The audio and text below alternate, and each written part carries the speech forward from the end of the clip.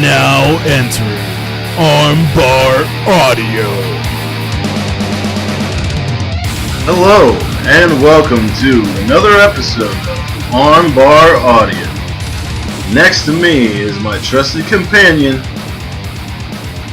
John Kearns. What's up, everybody? John. We had a huge weekend from NXT TakeOver and SummerSlam, and a lot has transpired in the landscape of WWE on Raw and SmackDown. And I want to talk about that stuff right now. So, well, I think the biggest story coming out of this is the Becky Lynch stuff. Well, So absolutely. I'll let you lead on Raw, and when we talk about SmackDown, we can talk more in depth about the Becky Lynch angle. Right. Okay, so Roman Reigns is the new champion. And we find out that he is going to give Finn Balor his rematch that he never got for years for the title on Monday Night Raw. Wow, that's awesome. We also get an opening match with, I don't know if it was an opening match, but it was a great match. Dean Ambrose versus Dolph Ziggler. They worked an incredible match, and Dean has changed his offense quite a bit. Yes. It's more of a stronger, like, powerhouse movements. What else? Throughout the evening, we get Braun Strowman going up to Reigns and Finn Balor and saying, "I'm not a coward. I'm telling you right now, after the match, I'm going to cash in."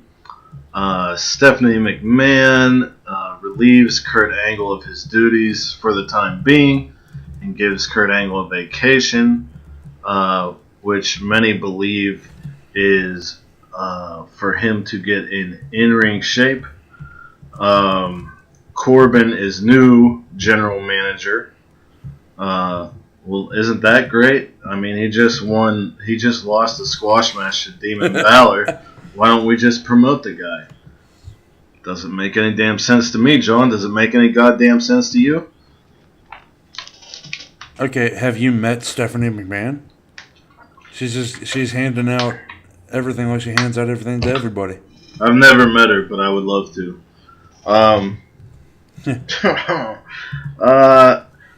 Aside from the ending, I really didn't think there was much to Raw. There was the coronation of Ronda Rousey, which... Well, let's talk about the ending, then. Well, let me say here, Stephanie McMahon's trying to say that, Ronda Rousey is her protege and all that. And Rousey comes out to get coronated and basically says, I want all the women up here. She put over Sasha and Bayley for their NXT TakeOver match a few years ago. She put over Natalya. I mean, she was, playing big babyface here, and then she ended the segment with probably breaking Stephanie's arm again. So that was pretty sweet. Hell yeah! But the ending, we got a great match between Finn Balor and Roman Reigns, in which Roman won. Okay, so my first thing here is if the Demon Balor is less beatable than regular Finn Balor, why would you become a demon on SummerSlam and squash Baron Corbin for no real gain? And then the next night, when you have a Universal title rematch that you've been vying for years, you come out as regular Finn Balor. I mean, obviously, because Vince McMahon doesn't want him to, and it's not Finn Balor's time. But, as a fan who thinks, I'm like, why? This makes no sense. If I was Finn Balor, I would put on that paint and whoop Roman's ass. Well, because Demon Finn Balor is not actually more beatable. That's just what they say to justify him using the paint when he does. In reality, the demon paint is literally just a special attire for pay-per-view events, which is how it should be. I disagree with you. I disagree with you. No, I 100%. I don't understand, and I think it's really stupid. The narrative that Demon Finn Balor and Finn Balor are two different people. I think it's idiotic. It's moronic, and well, I don't. Tons of people have special attires for pay-per-views. Look at Seth Rollins. Look at Triple H. This is more of an alter ego, though. This is an alter. I get what you're saying, and there is differences. There's differences in the way he approaches the ring, the way he moves inside the ring, his facial expressions.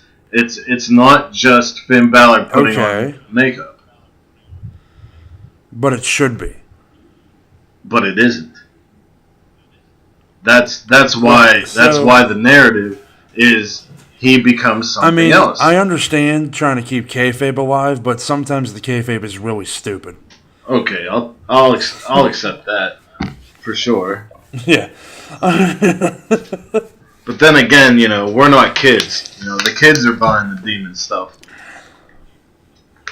Oh well, I'm buying the demon stuff too. I just I just buy it because I like how it looks. I don't go like, oh man, he's screwed now.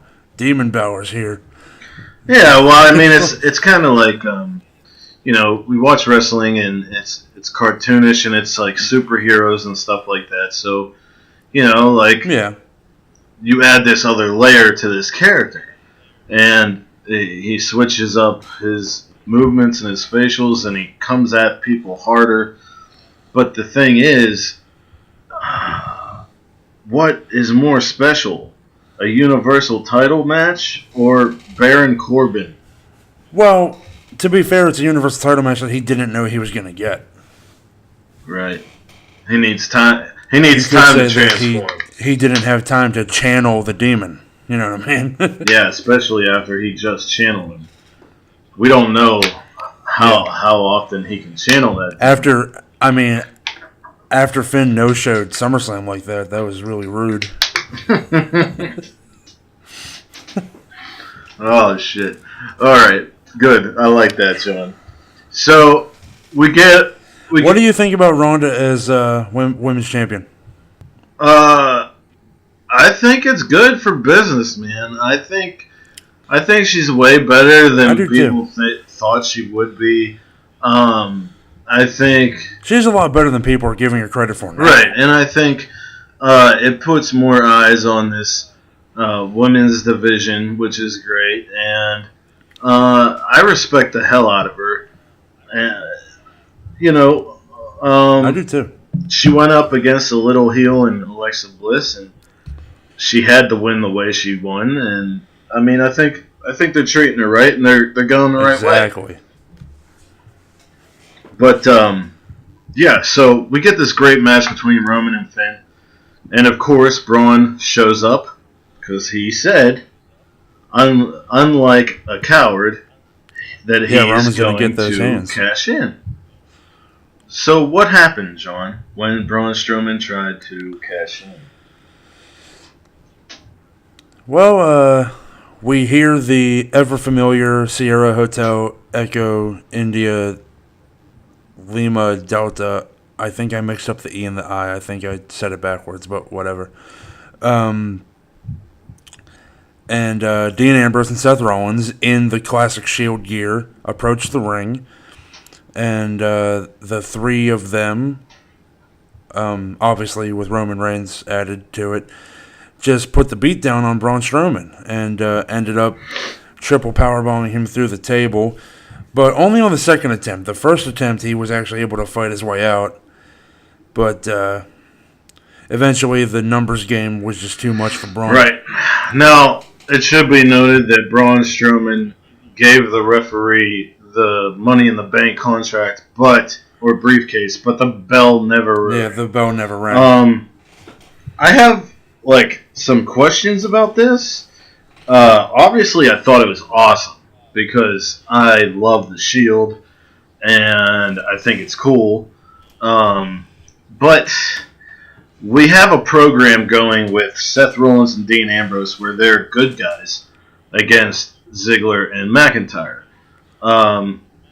We have Braun Strowman, who is a face. I mean, he's been pretty much a face for a while. Roman Reigns, who's a face. And now we have the Hounds of Justice thwarting a Money in the Bank cash-in. People are saying that this is just to bring back the Shield so people will like Roman. I'm seeing it a whole different way. I think... Well, the people already liked Roman because he beat the shit out of Brock. I think that... And this doesn't make sense throughout the entire storyline of Raw, but they just did the most heelish thing on the entire show. So how could you... Yeah, they had... How do you have... They had a team of 3 faces basically brutalized like the #1 fan favorite on your show. Right. And the way it ended, and the way Roman looked and the way Dean looked, their faces were healed, man. And it was like the Shield when they first came. And it doesn't make sense because you finally got your wish, Vince. You finally put the belt on Roman. So why is this happening? And if it's not a heel turn, why the hell did it happen anyway? And if it's not a heel turn, it's completely pointless and should have never happened. I agree. It's goofy. It's goofy to me. Did I pop? Because the Shield, yeah. The Shield. Oh yeah. But the Shield as heels is awesome. They were when they first showed up. So I think having the Shield be heel and have Roman be the heel champion that we know he can be and would excel at, I think is best for business. But it should be noted that Roman Reigns just surpassed John Cena and is now the #1 merchandise seller for the company. So where do you go with that? Oh, if they are heel, they'll probably be tweeners. Yeah, kind of like Braun. He's definitely not full face. Sometimes he shows full face, but yeah, I really don't understand where they're going with it, but I'm along for the ride, certainly. Yeah, I'm confused, but on board. Yeah, that's how I'll say it. So let's get into SmackDown, John. Smacketh down. So, admittedly, the only bits from SmackDown that I saw, because I had to work on Tuesday night, was the Becky Lynch speech and the New Day and Bludgeon Brothers match. Did you watch all of SmackDown? I did, and those are only the two things that you really needed to see. Yeah, because I was working.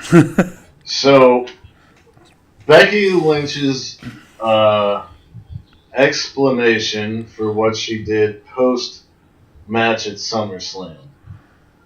Okay, she's giving this heel speech. She's putting down the fans, this and that. And then Charlotte comes out, and she looks like she's about to cry, and she has the title, and she's saying, "For this, you're throwing away our friendship for this?" And she runs down there. They start brawling. Security tries to break them up, can't. Paige brings down this women's locker room. They try to break it up. They can at first, but then eventually they get Charlotte out of there. It's so I have a lot of thoughts on this segment, but you also said you do as well, John, so go ahead, let her rip. Well, to begin with, I'm 100% behind Becky Lynch in this storyline. Because Charlotte found a way to interject herself into what could have been a sure thing for Becky Lynch at SummerSlam, because there's no way in hell that Carmella beats Becky Lynch or Charlotte one-on-one.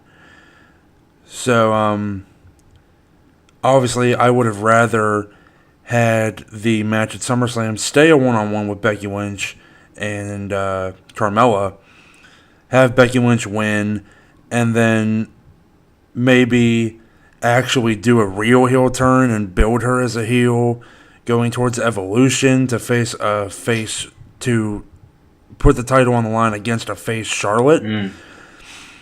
I don't understand if the entire WWE universe, and I don't know if the entire WWE universe does, but a good portion of them do from what I see on Twitter, if all these people agree with Becky Lynch, she's not going to be a heel. She's going to get cheered, and they're going to boo Charlotte. Right? This is going to make a lot of the WWE universe hate Charlotte for none of Charlotte's own doing. On Twitter this week, there was a conversation between Ryan Satin and Brian G. James, a.k.a. Road Dogg. And Road Dogg was defending the storyline. Oh, that ROAD. He was defending it, and I said to him, I said, look, I respect you and everything, but is this the right time? Let me get exactly where I need to be. Here, I'll just riff while you look that up. Yeah, I don't get it, man. Charlotte, and I've always liked Charlotte too, but to me, SummerSlam should have been Becky's night, 100%. You already got fans turning on Carmella. You already got, and you're going to force your fans to turn on Charlotte. Right. So, yeah. So I said, hold up, Road Dogg. First off, I respect you and admire you, so please don't hate what I'm saying here. Becky was the biggest babyface on either roster, regardless of gender. I understand it's new and fresh for her, and will be a test for those up top to see if she can work both sides, babyface and heel, well. But was this the right time? At Money in the Bank, people screamed for her. She hit Charlotte at SummerSlam, and people loved it. To quote Bully Ray, she's acting like Austin and getting pops like Daniel Bryan. She beat the SmackDown Live women's roster. Charlotte came back after her breast popped, got an opportunity, and was placed in the match and won. I don't get it. I hope it works out for Becky, because the way things look on main roster programming is people are chosen as main faces of their division and everyone else is a co-star, instead of people getting over organically and being given the ball to run with. These tweets were liked and retweeted by many people, and I did not get any engagement from Mr. Brian James, who does interact with many people. So, yeah, that's my thoughts on that. Yeah, I don't know, man. The Becky Lynch thing, my final word on it is going to be that I'm with Becky. I am too. I don't care if she's supposed to be a heel. I fully agree with her and did the whole time. Yep.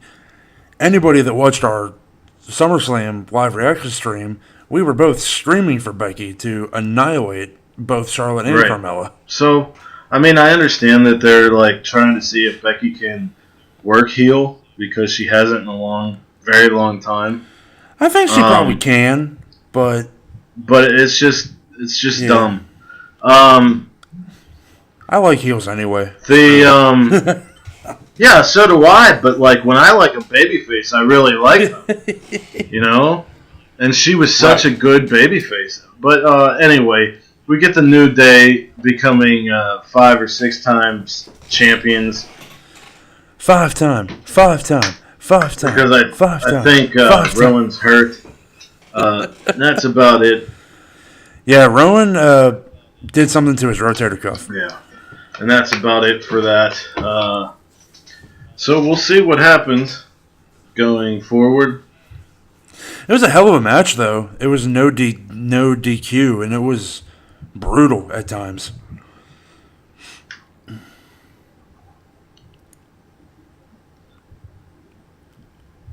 Tim, you there? The match between Bludgeon Brothers and New Day? I didn't watch it. Oh, no. It was like they had ladders and chairs. Kofi Kingston got powerbombed onto a ladder that was laid out between 2 chairs. Like, it was nasty. Jesus. Yeah. Yeah, it ended up being a no DQ match. Which I think allowed... I didn't watch the whole thing. I didn't catch it, but I think it allowed the person from the New Day not in the match to get involved, which made it more believable that they could topple the Bludgeon Brothers. I think is what happened. But yeah.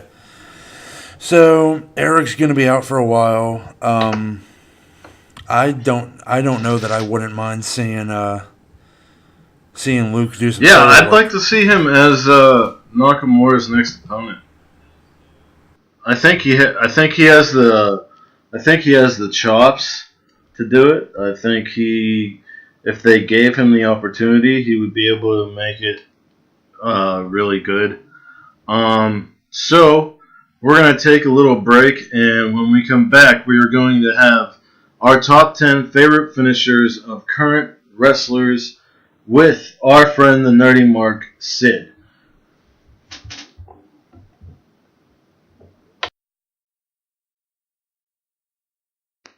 Do you like saving money? Of course you do. Do you like eating? Of course you do. Does your grocery list hurt your bank account? Of course it does if you're an average American. Here at Average American Grocery, we make sure you can get all the old produce and out-of-date food you'd like, as soon as the other stores toss them in the trash. Bruised vegetables, rotting fruits, expired canned and boxed food, all for less than normal grocery standards. Come to one of our 4 transitional stations in Accident, Maryland, Big Arm, Montana, Chicken, Alaska, and Coupon, Pennsylvania. Average American Grocery, where you can save some cash and freshness always comes last. And welcome back to Armbar Audio. This is Tim. John's with me, and right now we have a guest. John, who's our guest today? Well, it's none other than our good friend and now 3-time guest on the show, Sid the NerdyMark. What's up, everybody? It's good to be here. Though the thing is, I was a guest the other 2 times in a previous lifetime, so this is my first time on Armbar Audio, but it is good to be here with my 2 good friends, John Kearns and Tim Farley. How y'all doing? Oh, we're doing much better. Much better after hearing your sweet, sweet sound, Sid. Well, I do have that effect on people, so, I don't blame you. So we had you on hold there for quite some time. What did you think about the conversation we had? Yeah, I thought it was really good. I did enjoy both y'all's coverage of both Raw and SmackDown. However, I do have to mention you did forget to cover the Randy Orton-Jeff Hardy match, which I think is something we should talk about. You are correct. We did not mention that.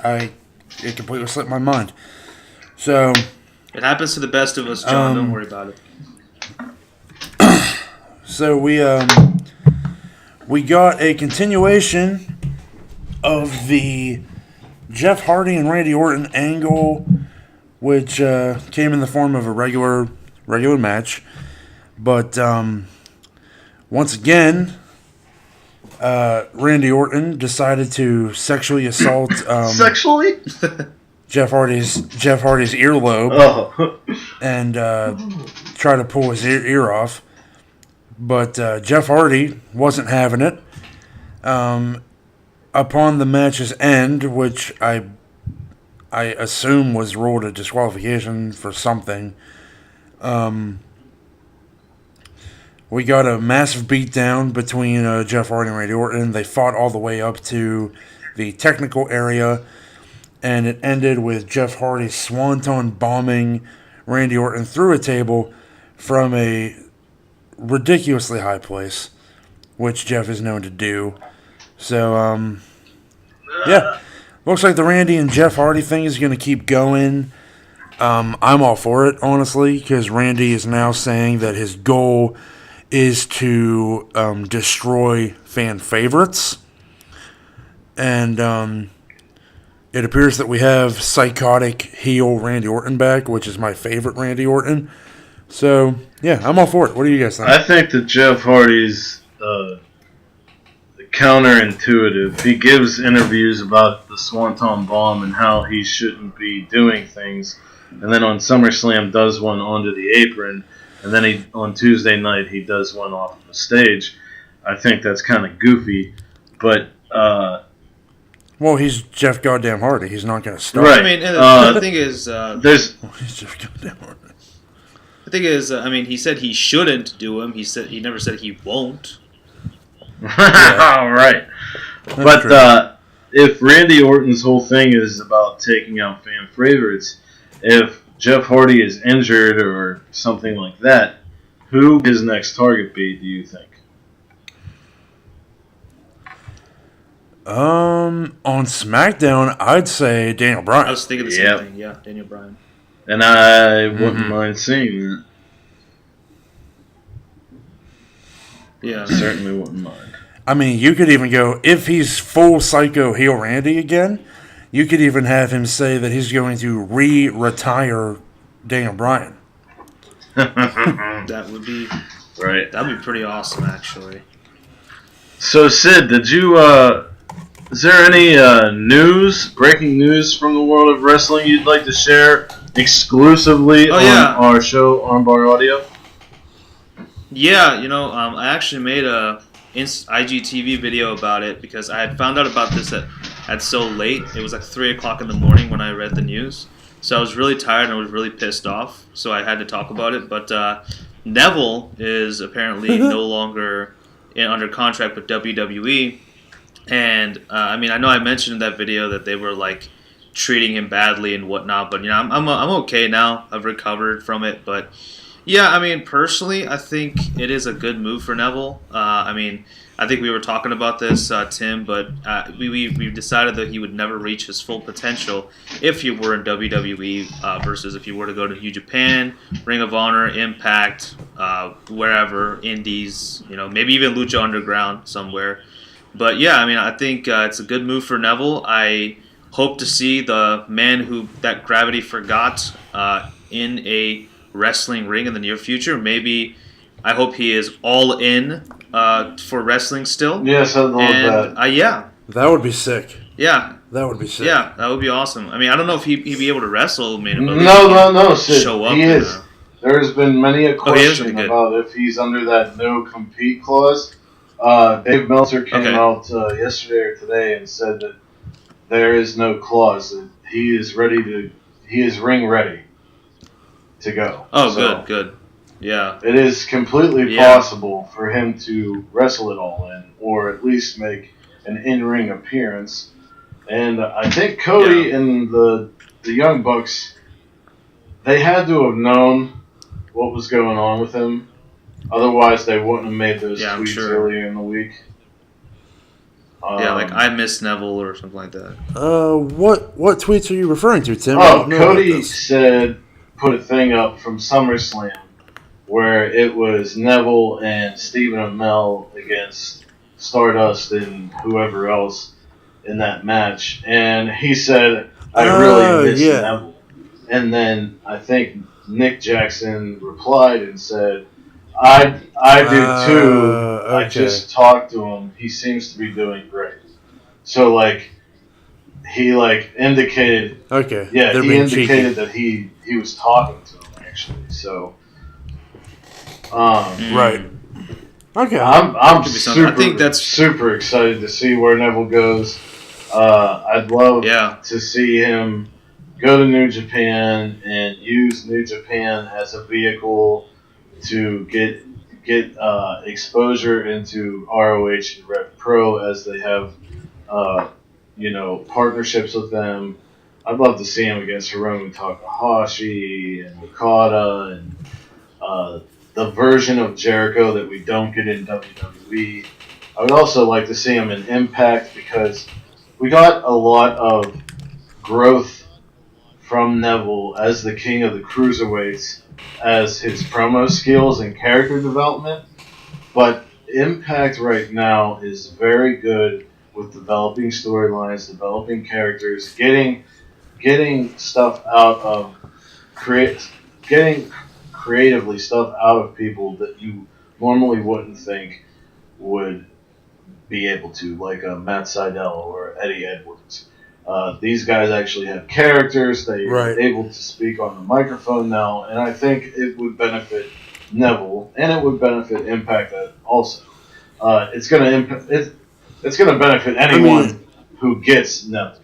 I mean, like, he's not John Cena, but he's and amazing. I'll say, like,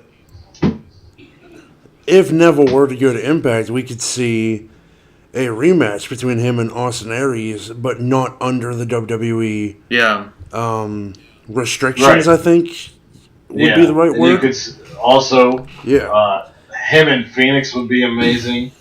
An Impact, him and Brian Cage. I think him and Callahan would be good. Mean, like, the sky's the limit because the scene outside of WWE is thriving. And I'll tell you what, though, man. Honestly, what I'd like to see him do next year would be to compete in the Best of the Super Juniors tournament in New Japan. Yeah, I would want to see him wrestle Kushida and Will Ospreay. I believe he wrestled Kushida before, but I'd still want to see it again. Now, I just thought of this, and this is probably not going to happen for a very, very, very, very, very long time. However, let's just imagine 2020 Royal Rumble, sometime in the late 20s maybe, Neville comes back in the Royal Rumble. I would like to see that. I know it's probably not going to happen, but I don't know what you guys think about that. Oh yeah, I mean, that most wrestlers do come back. Saying, well, you could, and if he builds his stock up, and the reason I say 2020 is because at that time XFL is starting, and Vince is probably going to be way more focused on that, and so obviously Hunter. Here's hoping. Huh? Here's hoping. Yeah, here's hoping. Yeah, fingers crossed. That's good, man. Hopefully. Yeah, because XFL is either the biggest blessing that we get, that wrestling fans get, or the biggest curse that we get. Because if that happens, Vince will have to at least take a few months to focus completely on XFL. Well, so I think the XFL was hot garbage the first time. Yeah, but who cares, man? It's Vince is going to focus on that, so he's not going to worry. No, I know, but I'm hoping. I'm actually hoping that it does well, so that Vince focuses. Well, here's the thing: they tried it once. They obviously know the mistakes that they made the first time. And second, you have to think about this: at the time that he tried to do the XFL, the NFL was still respected and whatnot. Right now, the NFL is with all the Black Lives Matter stuff, the American anthem stuff, the crimes that. With the Trump idiots is the what crimes you should say. that are the various crimes of various NFL players. There's a lot of faith lost in the league, also including like Deflategate and stuff like that. So this is definitely a strategic move by Vince McMahon to bring the XFL back at this point. Well, and plus a lot of people are soured on the NFL because of all the new restrictions against certain types of hits and whatnot. And I don't think that that's going to be an issue in the XFL because, like, Vince has said from the beginning that the XFL is going to be a full contact, knockdown, drag out war. disguised. I don't give football. a shit if you get behind him. Give him a German suplex, damn it! I mean, we should. Well, might as well bring Brock Lesnar in the team and just let him do it. I mean, yeah, Oh, he could play on his own team. Yeah. By himself. yeah, We're exactly. finally done with Brock Lesnar. Please, I don't want to hear anything about him. Sorry, for a sorry. while. That's right. This is the. Mork. That's right. This is the wrestling. We're Mork. wrestling fans, not UFC fans. Damn it! Yeah, I don't like People real actually fights. fighting. I want to see choreographed, right, we like- storyline driven Exactly. performances. That's right. Who gives a damn about real talent and fighting?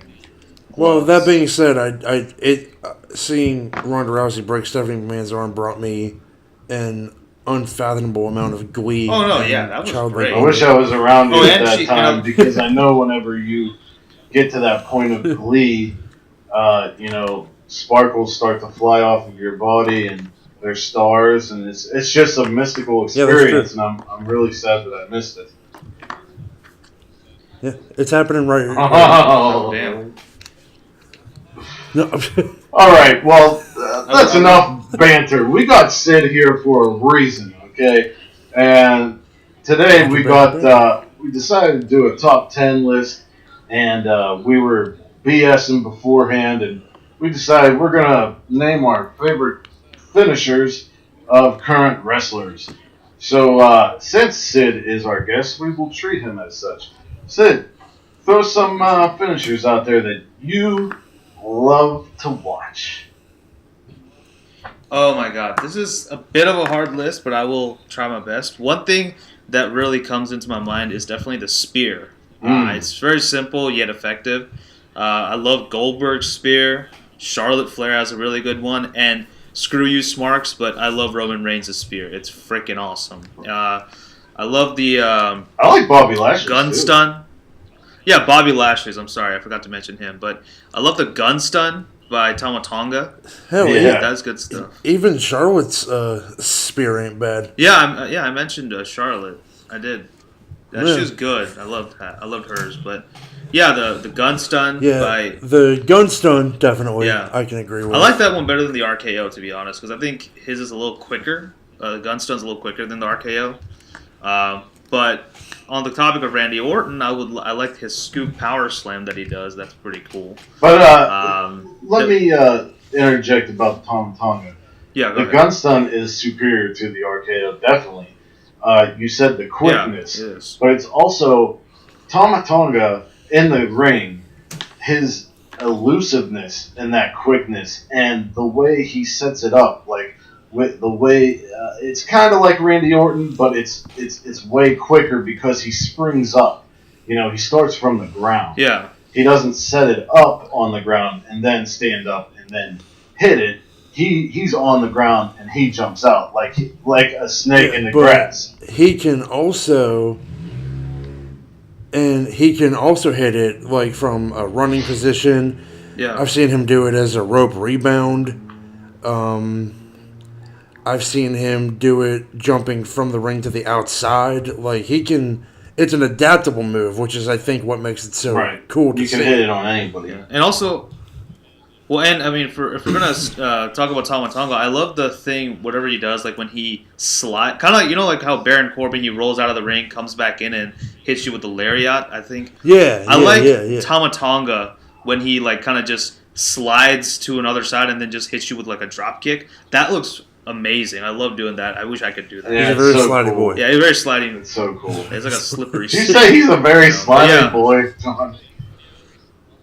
Yeah. He's a very I thought slidey you said boy. slime. Saints Row- Uh, so who's the real bad boy? Who's the real bad boy? Joey Janela or Tama Tonga? I wonder.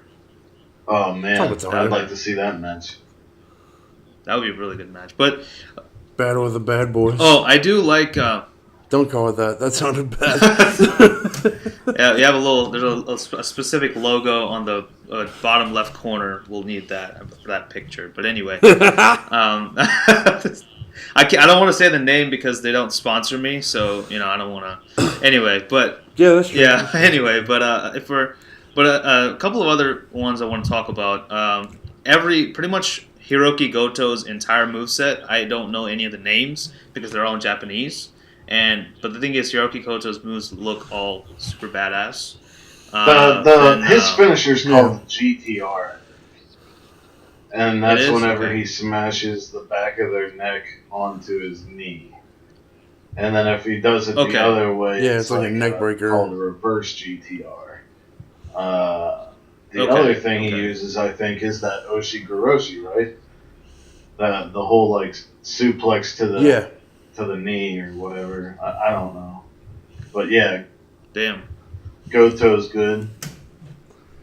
Yeah, I like the One-Winged Angel, of course, because Kenny Omega is my favorite wrestler. So hell yes. Yeah, One-Winged Angel. The Switchblade. I mean, the Blade Runner. Speaking of the One-Winged Angel, Kenny Omega, I think, is the only guy who could do that move and make it look good. Because if you remember in NXT, whenever Killian Dane started out, he was doing the One-Winged Angel and calling it the Ulster Plantation, and it just did not look good at all. Oh wow! Like when Kenny hits it, it's like phenomenal, and whenever he hits it, it was just. I think it needs to be a smaller guy hitting it. Yeah, that's true. You know what I mean? Yeah, but then you think it's similar to a Muscle Buster, and Samoa Joe's pretty big. You know.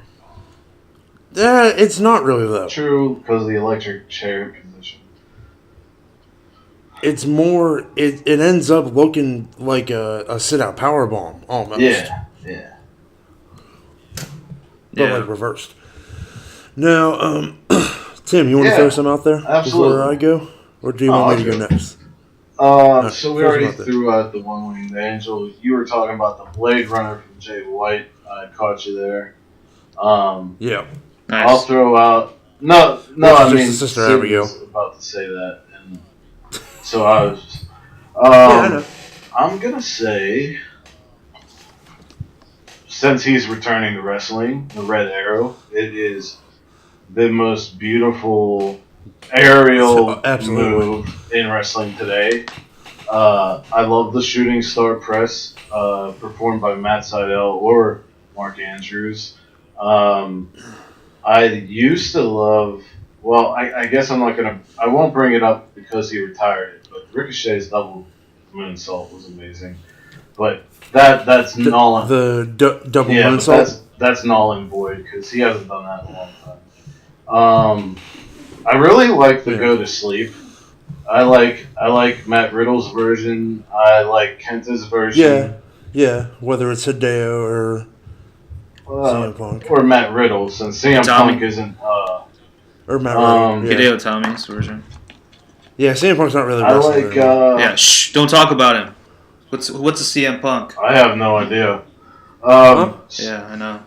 Oh, he's somebody who was amazing at the time, but fucked it all up by being. I think the inverted 450 from Mustafa Ali is really nice looking. Yeah, that's right. I think that I really like Drew Gulak's Gulak because I've always been a fan of the Dragon Sleeper, and the way that he locks it on and grapevines legs is pretty sweet. I saw Ray Phoenix do this on Impact, and I don't know if it's his actual finisher, but he did a muscle buster, but then at the end turned it into like the One-Winged Angel type bomb, and I thought that was fantastic. But yeah, I'd have to say, like I like aerial moves. I like all types of moves. And it's weird because finishers, it's like you can have a suplex, you can have an impact move like like a knee or a kick or a punch or something. The curb stomp. That's. Oh, yeah. God, the blackout. Didn't even mention that. That's true. That's such a great move. Yeah. There's a lot of Kenny Omega moves, but since we're just talking finishers, we'll just keep the One-Winged Angel in there. Yeah, we're trying to keep the finishers. Well, like finishers and I'm going to throw Kinshasa out there. And, of course. Yeah, Coup Kinshasa. de Grace. whatever you want to The call coup de it. grace is good, but Coup de like grace, definitely. so many Coup de grace. people use it. You know what I mean? Like if you watch wrestling, there's so many people who use double stomps. Mike Bailey's like moonsault or front flip shooting star. It's a shooting star meteora, basically, and it's amazing. And I'll also bring up Black Mass by Aleister Black. Oh yeah, Right. good stuff. Now, me, if I'm just rattling off, finishers or signatures that I pop for every time, I would be remiss in not bringing up Kenny Omega's V-Trigger, even though that's not really a finisher. I love the per se, Kitaro Crusher. but yeah, the Kitaro Crusher. My number one was going to be the One-Winged Angel.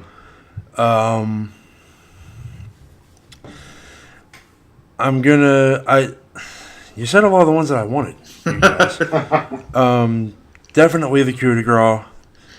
Definitely the Black Mass. But one that you didn't bring up would be Ricochet's 630. I love that move. I'd say the Phoenix Splash from Rich Swann always makes me pop. I'm thinking here. I pop for the Rainmaker Lariat, even though it's just like Who do you like it best? Do you like Jimmy Havoc's, Trent Seven's, or Okada's?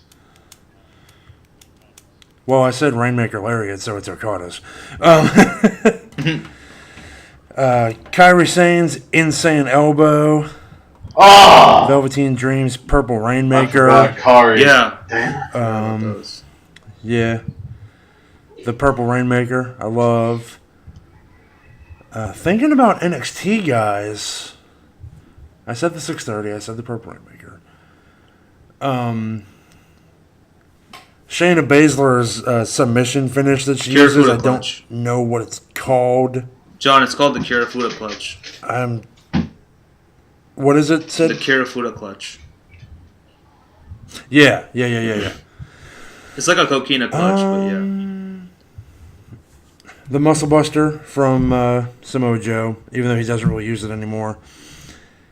The fucking Styles Clash. How did none of us say that? He hasn't really used it in a while. He's been... Yeah. He used it at SummerSlam.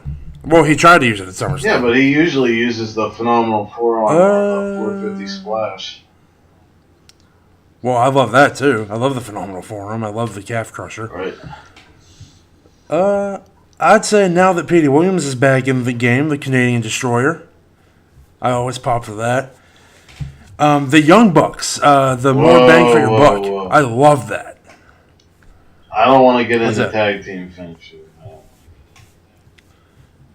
Because that's a whole nother thing. That's like a whole nother subject.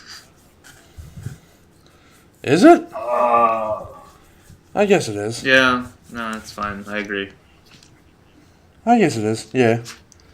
Well, we can do tag team finishers yeah, some other time. save Oh. the content, you know? We gotta Yeah. spread this Okay, so shit can out. if I can add... What's up, Okay, Sam? if I can add one more move, I think this is one we should have all said. But how about just the good old super kick? Yes.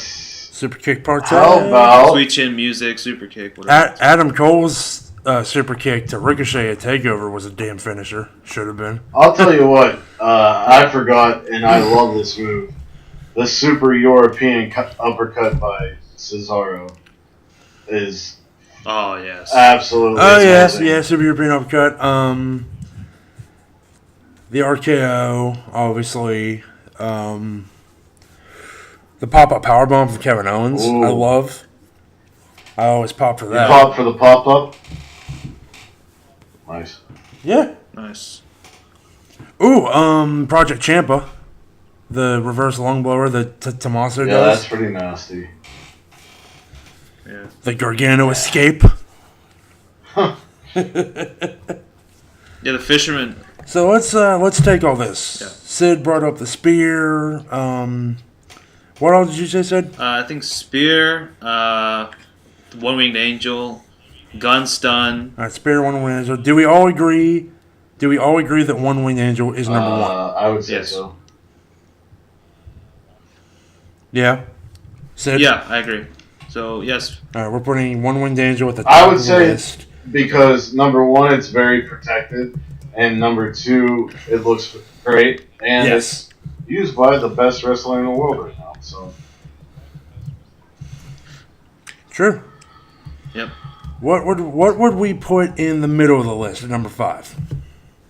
well, we said I'd say the super kick. shooting star press. We said Phoenix Splash. We said Black Mass. We said Blade Runner. We put Go to Sleep. We did all say Black Mass. Yeah, Black Yeah. Mass should probably be number 2 then. No, number 2, Black Mass. Yeah, because no one's ever kicked Yeah. out of it, I don't think. That's true. Or people have kicked out, but Or like the pin was broken. it's never. Yeah. Yeah. Or if people kicked out, they've never kicked out of it twice. We could say that too.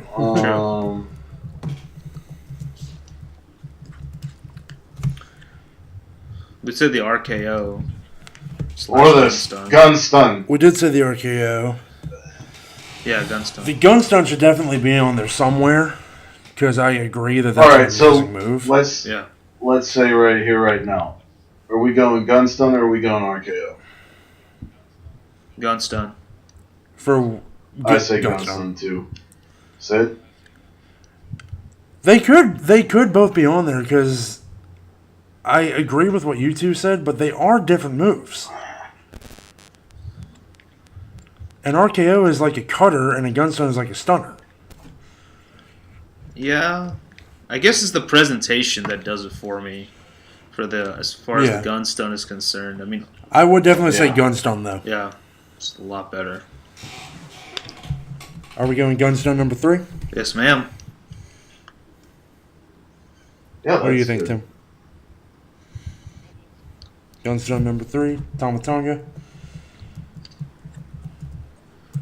The move given to him by Machine Gun Carl Who Anderson. was a G1 finalist?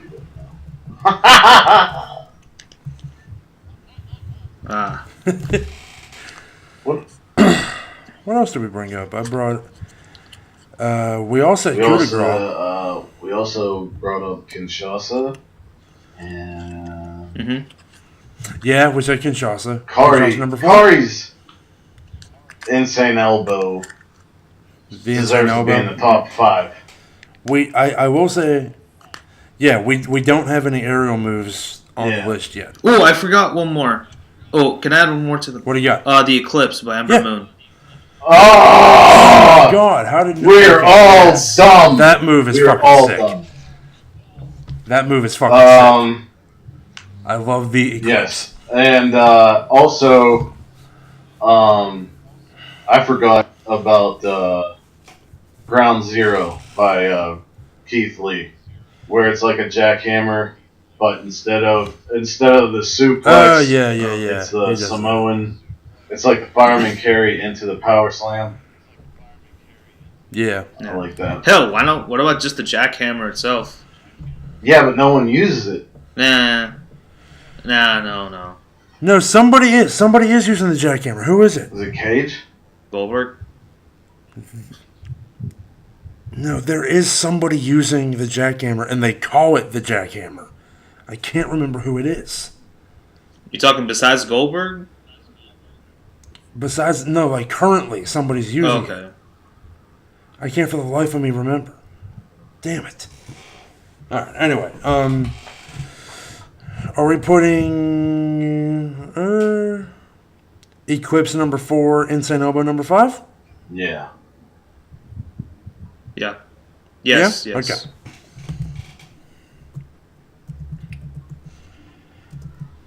should do a top 10 themes next time.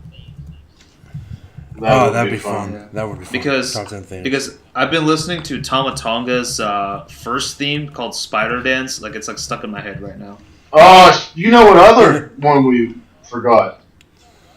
Destino! Destino! That deserves to be up in there. I'm sorry. I have not seen that. I'm putting Destino number 6. Destino by who? Destino is Tetsuya Naito. Oh, Destino. Yeah, like I need to see that. It's like a running float over reverse DDT. If I had to. I'm sorry. I'm trying to watch. I'll be honest. I'm trying to watch more New Japan. I just haven't had the time. So please forgive me. No, you don't even have to do. Just go on YouTube and look up Kevin Kelly Destino. Oh, okay, it's okay. amazing. I did love when like the Japanese announcers say code breaker. I'm not gonna do it, but just it's awesome. Code breaker rule? Yeah, exactly. So we got 6 on there. 4 more spots to fill. What do you think?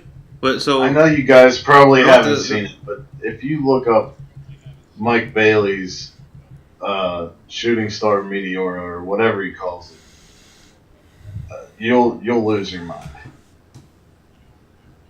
So the Shooting Star Meteora. So the Shooting Star press is the backflip one or the front flip one? The backflip. So does he do like a Shooting Star where he goes all the way around and then puts the knees into the chest? It's either to a standing opponent or usually to a lying opponent. That's incredible. Damn. It's like that sounds brutal, awesome. more brutal coup de grace. But I think we should look it up first before. Is it kind of like? Is it like a top rope version of what Kota Ibushi's doing now? Probably. Yeah. Because he's doing like that backflip knees to the chest thing. Okay, he did that to Tanahashi. Yeah, he also did it. Finisher called? He also did it to Kenny Omega. He did it to Kenny Omega. Yeah. Or neck. Tanahashi. Yeah. What's High fly flow. What's Tanahashi's finisher called? High fly flow. High five flow. That's it. I like that one. I don't know that it's top 10 though. I don't think so. Mm. And that's not to say that I don't like Tanahashi. Right. Yeah. But this is top 10 moves out of thousands, millions of moves. Oh, there's too many things. My God. What about the spine buster? There's too many things. What about the spine buster? Spine buster. Nobody really uses that as a finish, I like though. Arn Anderson's spine buster. I know he's retired, but I love his because it's like a spin.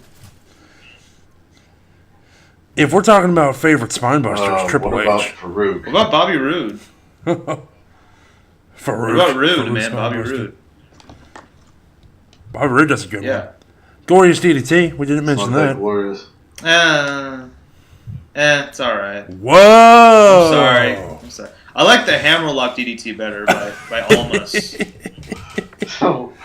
Yeah, no, I have to agree with Tim. But I like the. Almas is good, man. I like the Hammerlock DDT better.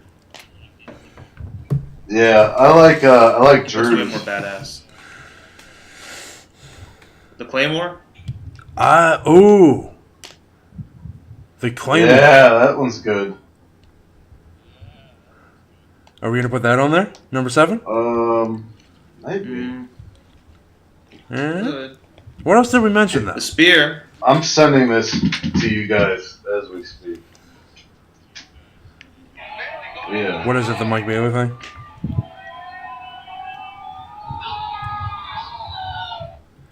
Oh no. Alright, I'm sending it now. I think we all agree that the spear is good. Yeah. I'm going to say spear at number 10, maybe? 9 or 10. Something like that. 9 or 10. And, like, we could mention, like, spear from Roman Reigns, from Charlotte. Like, or Bobby Lashley. So many people use it. Yeah. Bobby Lashley. I like Bobby Lashley's like just because, like, he hits it and it looks real, and then he gets right up. You know what I mean? Like, there's he like rolls up. He does it kind of like how Goldberg yeah. used to. Yeah. Yeah. Well, so if we're talking about the wait, hold on. If we're gonna mention the spear, what about the gore by Rhino? I know he's not that much on. He's not really doing much now. Yeah. Rhino is. And sandwiches, bologna sandwiches, really cold bologna. Did you guys watch that clip? What, the barbecue thing? I'm doing so now. The shooting star press. I mean, shooting star knee drop. Okay, that's on the list. It has to be. Right? You just made the list. That's. Oh, you know what we didn't bring up? Fine. Mike Bailey's in the bitter end. What's that? Oh, jeez. I was gonna say that and I totally forgot. Dude, that was pretty cool. You said that and I was like, why didn't I mention that? I was gonna say that. Oh yeah, the Tyler Driver 97. Oh my. Is there even like space for there to be a submission on here? Out of the two, how about honorable mentions too? I mean, sure there is. We can put spear. I mean, I don't mind taking out the spear and using it as like an honorable mention. That's true. Yeah. I wouldn't feel bad, don't worry. Out of all the UK guys, I'd say the bitter end should be the one that's on there. Yeah.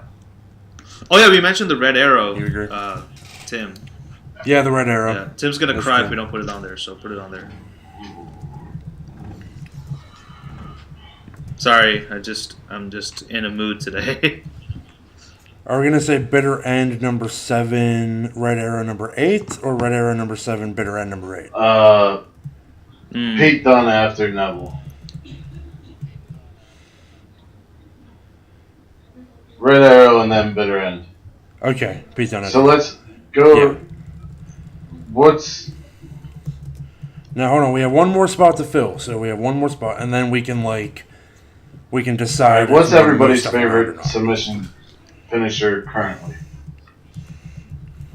I like the heel hook, even though Daniel Bryan didn't use it as much. But... the heel hook. No, the surfboard. Surfboard. Sorry. Was that someone's finisher though? Yeah, that's Daniel Bryan. I'd say that's the thing where he like has you up in the air, but he's like pulling on your arms and that's legs. That's not like his finisher. His finisher is the yes lock or the knee strike. Oh yeah, crap. I'd say Coquina clutch then. Favorite submission finisher right now would be a toss up between the Gulag and the Gargano escape. What do you like? Hell, I like the figure 8, man, that Charlotte does. Oh, yeah, that one's good. What's that? Charlotte's figure 8. Oh yeah, the figure 8. Yeah. Badass. I think we could do to have another female finisher on here. Yeah, we got. You want to put on the figure 8? Yeah, I'm not against that. Yeah, Sid? I'm not either. Figure 8. What's up? Was that clapping? Yeah, that's fine. We can do figure 8. Oh my god. Oh my god. Are you okay? So what's good, man? What do we got? Is that the list? You got the list? Yeah, I'm gonna read it off right now. So, as it stands right now, before we decide if we want to move things around here, we got number 10 as the spear, listed as Bobby Lashley and Roman Reigns. The figure 8 from Charlotte at number 9. Okay. Number 8 is the bitter end from Pete Dunne. Number 7 is the red arrow from Neville. Number 6 is the Destino from Tetsuya Naito. Number 5 is the Insane Elbow from Kairi Sane. Number 4 is the Eclipse from Ember Moon. Number 3 is the Gunstun from Tama Tonga. Number 2 is the Black Mass from Aleister Black. And number 1 is the One-Winged Angel from Kenny Omega. So, not the Mike Bailey move. No Gulak. I know we're all in agreement that One-Winged Angel stays at number 1, yeah. right? Sid, what do you think about that list? You think that's a final list? Yeah, it's a good list. I mean, if you really want to add the Gulak or the Mike Bailey move, that's fine too. We can take out some couple of the other moves too. Well, we could just have them as honorable mentions, you know. Okay. So you think that's better than like the spear or what? No, I think the spear is a much more established move, and more wrestlers can perform it. Hell, hold on. What about if we're talking about the spear? What about? Oh wait, no, but it's not a finisher. But Johnny Gargano's slingshot spear is pretty cool. Yeah, exactly. That is super cool, dude. Too. Yeah, I love it. but it's not a great finisher. thing about the kinda thing sucks. when you have to think about finishers are. That's the thing too. Like we could go like top 10 finishers. We could go top 10 springboard moves. We could go top 10 submissions. Like there's so many things we could do with this. Yeah, for the future. Yeah, definitely. Yeah. Yeah. But I think I'm good with the list. Yeah. We ended up not. We did end up not including the Kinshasa though. Should that be on this? I would say if he was still in New Japan and doing the Bama-Ye, because it was way more brutal.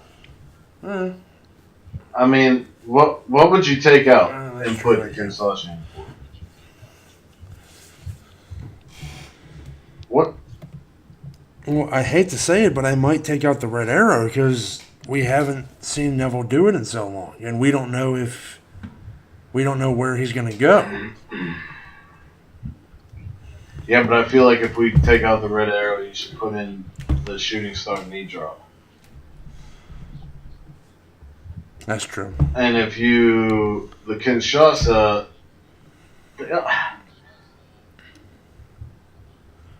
what's number 3? I mean, this is number 3 is the Gunstar. 4 is Kari Sane or Ember Moon. 4 is the Eclipse. Ember Moon, Kari Sane. I mean, I think this is definitely this is a good list of moves that we all pop for. Yeah. Sid, what do you think Because about like finalization? I think this. I say it's fine. I think it's fine because even I like What the do you Mike guys Bailey. Like Tim, I'll tell you this. I just saw the clip too. The Mike Bailey's move. It's freaking awesome, but I haven't seen it enough to be able to pop for it. So maybe I'll watch a few of his matches. Yeah, Mike Bailey is originally from Where Canada. He was wrestling in random. I've definitely heard the name. In random U.S. Indies. He was He was in PWG. I believe he did CZW and stuff. But he is currently not allowed into the United States because of visa issues. I guess he faked a visa or had an expired one. Okay. So for 5 years, since 2 or 3 years smart. ago, he can't be in the U.S. So he's been wrestling in Australia for Riptide Wrestling. He's been wrestling. I was wondering why DDT. Yeah. So he's been wrestling. It's just not been in the United States. Yeah, I was wondering why I stopped hearing about him. Mm-hmm. But yeah, he did a lot of good stuff in PWG, I'd say. Oh,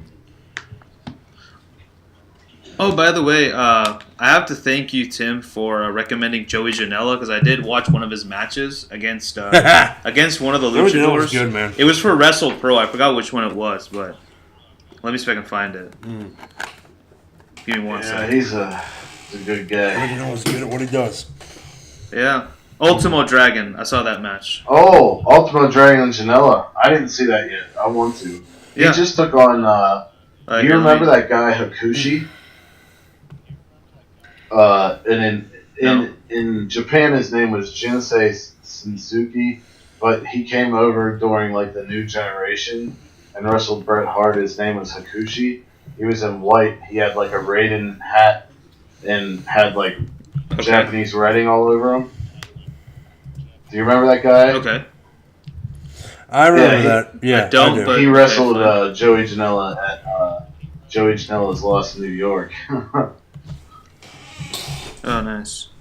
Yeah, so I just sent that over to you guys if you all want to check it out. Oh, yeah. Yeah.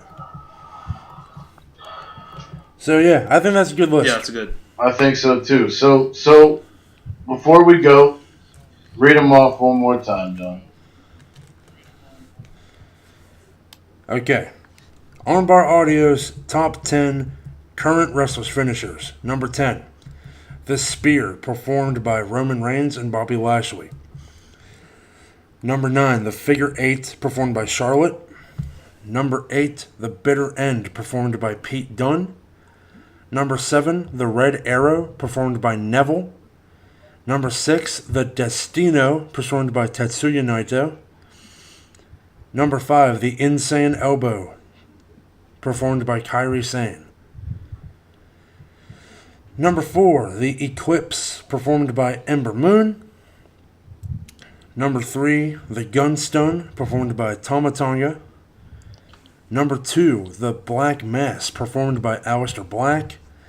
And number 1. The One-Winged Angel, performed by Kenny Omega. Nice. Yep. Sounds good. All right. Well, Sounds like with that said, Sid, it was great having you on.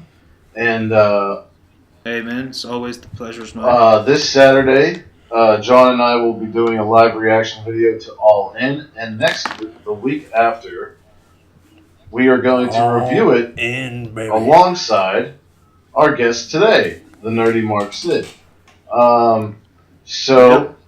Keep your eyes peeled for that. I know that the live reaction videos are a long thing to sit through, especially. So we're going to. Well, I don't know if we'll have. We're going to dedicate another episode to review it, talk about the impact and such like that, such things with Sid, and we're also in that episode. We will be doing something really fun that I don't want to reveal yet. So, Sid, it was great having... I can't wait, though. Yeah, it was great having you on, man. Hey, man, thank you guys. Thank you guys, man. It's always a pleasure. Every time we're together, it's always a pleasure for me, you know. So I'm really glad, you know, that I have some friends out there that love wrestling, because over here in Texas, no one gives a damn. So thank you for being alive. I don't know what to say, but this is good stuff. Oh, man. yeah. But yeah, y'all are doing good stuff. Oh, by the way, I forgot to mention, I really enjoy your logo. I wonder who designed that, you know? Oh, it was this dude named, yeah. I think he's named after Buddha. He's based somewhere in Texas, but he's vegetarian. Oh, really? Yeah, I'm gonna have to talk to him about designing my logo. I think his channel's called like the Murdy Narc. Oh, really? I thought it was called like. Yeah. He's always narking on people on YouTube. They got jugs, man. They got jugs. All right, y'all. Oh man! All right. This was fun. Yep. Good top 10 list. The top 10 list obviously will appear on the Facebook page, the Twitter. We might make like a photo compilation one for Instagram. That would be fun, I think. So wherever you are in the world, whether it is morning, noon, or night, have a great one.